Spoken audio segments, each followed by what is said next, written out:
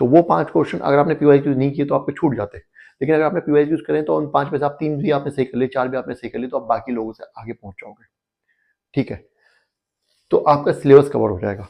दूसरी बात, यूपीएससी का सिलेबस इतना बड़ा है कि आप कुछ भी पढ़ लीजिए, कवर तो कभी होगा ही नहीं। अगर आप किसी भी सब्जेक्ट के पीवाईक्यूज ध्यान से पढ़ लेते हैं तो एटलीस्ट उतना तो आपने कर लिया जितना यूपीएससी ने पिछले 25-30 साल में पूछा है, वो तो आपको आता है कि नहीं है ना? हो गया ना। तीसरी बात, यूपीएससी का सिलेबस बहुत वेग है। उसमें ये नहीं लिखा है कि फंडामेंटल राइट्स आएंगे कि नहीं आएंगे, ये प्लेट टेक्टोनिक्स आएगा कि नहीं आएगा। उसमें लिखा है जियोमॉर्फिक प्रोसेसेस। आप जियोमॉर्फिक प्रोसेसेस ढूंढते रहो कौन कौन से हैं, तो ये आपको पता कैसे चलेगा कि कौन कौन से हमें पढ़ने हैं और उस टॉपिक में भी क्या पढ़ना है। अब प्लेट टेक्टोनिक्स तो जीएस वाला भी पढ़ रहा है, प्लेट टेक्टोनिक्स तो जीएस वाला भी पढ़ रहा है और ऑप्शनल वाला भी पढ़ रहा है। ऑप्शनल में भी तो हम प्लेट टेक्टोनिक्स बता रहे हैं ना।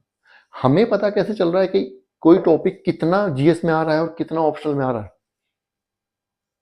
पता कैसे चलेगा?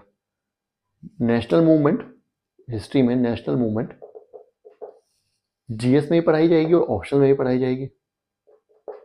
पता कैसे चलेगा कि कौन सी कितना सिलेबस जीएस में कितना ऑप्शनल में है ना? उसी तरीके से बाकी एनवायरमेंट वगैरह के